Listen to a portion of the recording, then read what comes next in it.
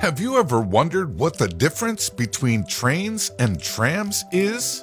Or which is better for public transportation? After all, they seem very similar. They both run on tracks and carry people, but depending upon the country you live in, they can have very different functions.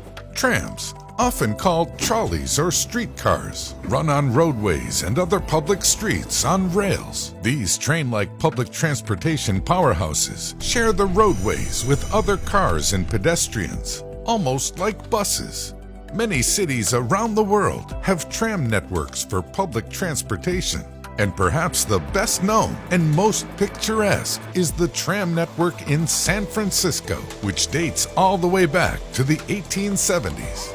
Another notable aspect of trams is that they are often powered by electricity through overhead lines. But let's back up for a second. All of this tram talk just makes them sound like trains that run in cities. While this is a major distinction, it's not everything. Trains function on defined rail lines, which are separate from city streets.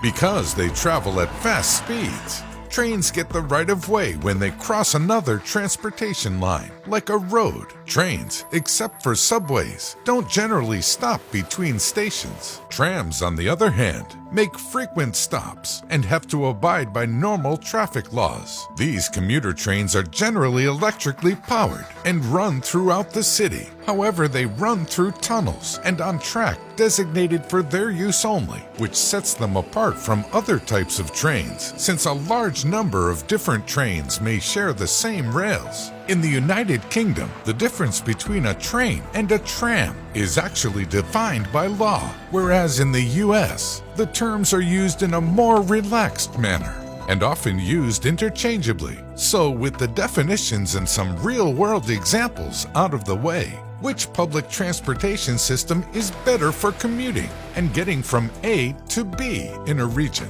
Well, the answer isn't straightforward, and it really depends on the situation. Trains across Europe and Asia are a fantastic way of traveling long distances at fast speeds. There's no question that they win out over trams when traveling long distances. But once you get to a city, the answer largely depends on the city you're in and where you are commuting from. The subway in New York can be a great way to dart across the city while avoiding the traffic on the roads above. Trams offer a better alternative than driving in a city where traffic is often in gridlock. Passengers can hop on and off with ease right from the sidewalk or streets. For a short distance trip through a city, tram networks are likely the way to go. At the end of the day, trains and trams are both age-old solutions to the ever-present problem of moving from point A to point B. They both have a useful part to play in the cities they serve.